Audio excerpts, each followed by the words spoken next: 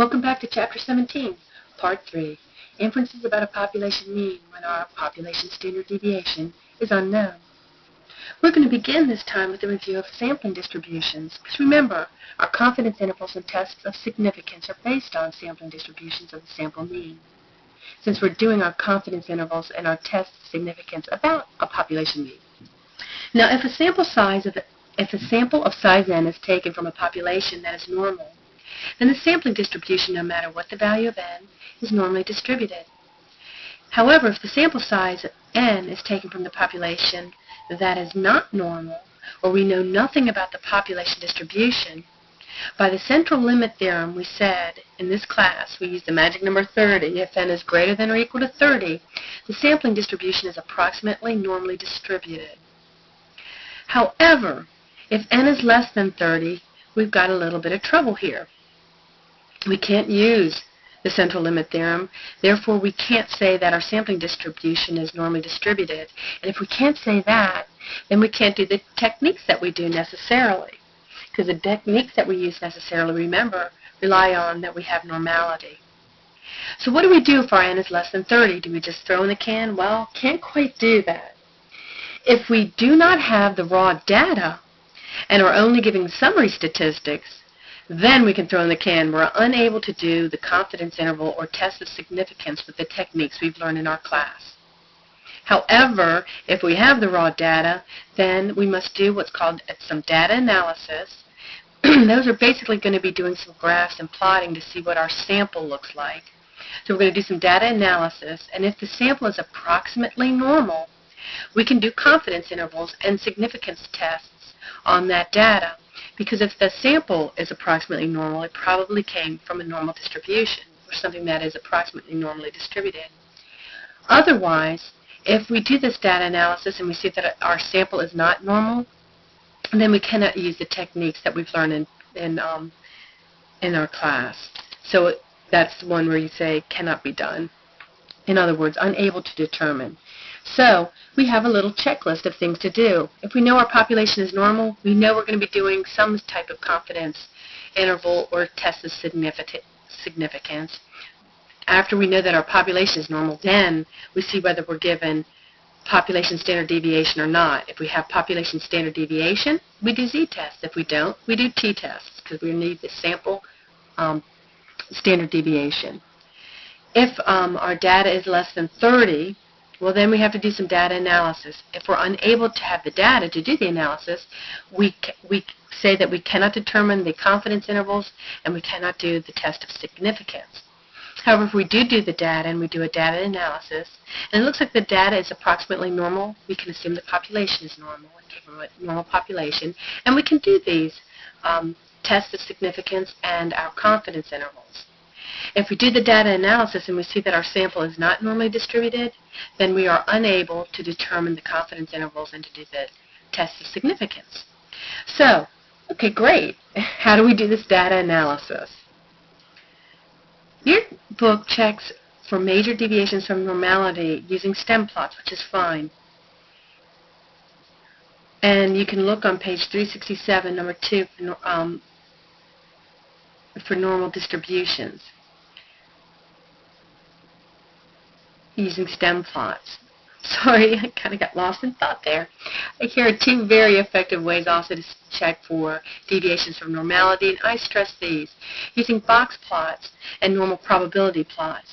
And when your sample size is very, very small, dot plots are very effective, but we didn't cover those very heavily. I showed them to you, but you were not responsible for them. But those are great when you have really, really small data, like 4, 5, or 6 data points to look at.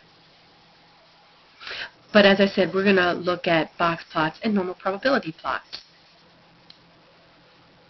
So we're going to learn today how to do normal probability plots. You already know how to do a box plot. Basically, with box plots, you can look to see if the data is relatively symmetric. But it's great in Minitab, you have the stars, and the stars tell you that you have outliers. And as you know, if we have outliers, we don't want to do these techniques because outliers very much affect the sample mean, and we'll have answers that are not quite reliable if we have a lot of outliers and very heavily skewed data. Now, the command that you would use, we're going to learn very soon. But these are probability plots. And what you're going to do is you're going to take your data, you're going to put it in Minitab, or it will be in Minitab for you, one or the other, and you're going to do the command pplot, and then you put the column that your data is in, and this is what will appear. And if your data is somewhat linear, in other words, the data, the little dots follow along a line, then we would say our data is approximately normally distributed. And Minitab has a nice little feature where they do the 95% confidence lines in the graph. And basically, if your dots are within those lines, you're pretty safe to say that the data is approximately normally distributed. Now, here's a probability plot of some data. This data shows us that it is not normally distributed. It's well outside. It's not linear at all. It's sickle-shaped. Generally, when you see that sickle shape, it's skewed. It's telling you that there's some kind of skew to it, and this is skewed right data. We're not going to ask you that in specific. You just know that when it looks like this and it's not linear and it's well outside, there's lines and everything like that, you would say that your data is not normally distributed. And therefore, if this had been a small sample, you would say unable to do the techniques in this class to get the confidence intervals or to do hypothesis testing. So this data, not normal. This data, looking normal. So let's look at this example on battery life. We're going to construct a normal probability plot and box plot to see if our conditions for constructing the confidence interval are met. If not, and if it is, then we can do the 99% confidence interval. If not, we just say cannot be determined and we move on to the next problem, or we're finished. So again, here's our data, and this is what we're going to do. We're going to put it into Minitab. So the first thing I want to do is show you how to make a probability plot. So there we have the command. It's pplot, and our data is in column 1. I'm going to hit enter. And there's the probability plot of our battery life. If I'm going to put this in Minitab, the title looks pretty good, except I'm going to change battery life and let them know that it's in hours. So as you know, you click in there, and you change that to in hours. And here.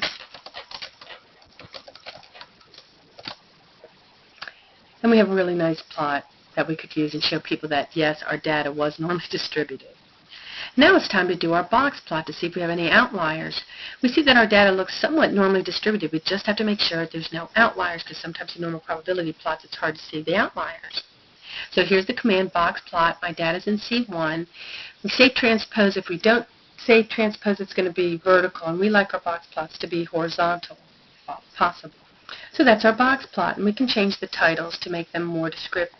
So there we have good titles in our box plot. We see that there are no outliers.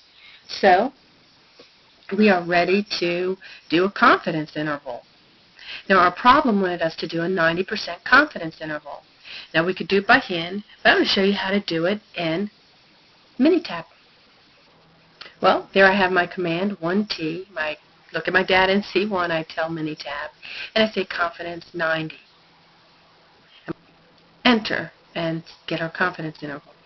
And there you have it. And I can do the same thing to get a 99% confidence interval, make it easy on myself where I can copy and paste the commands so I don't have to do them all the time. And instead of 90, this time I want a 99% confidence interval. I hit enter, and there's my 99% confidence interval that I have right there.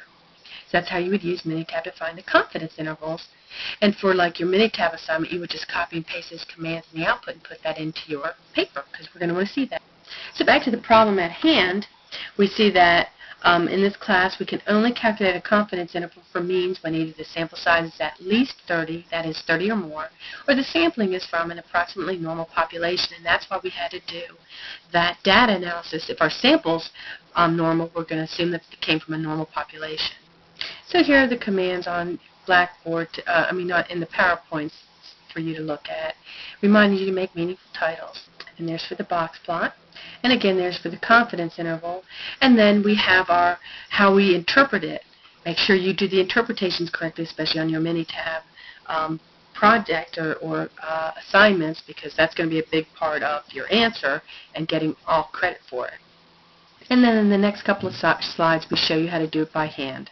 And the answer to Part D. And we know that to increase the sample size would increase our precision. And that's it.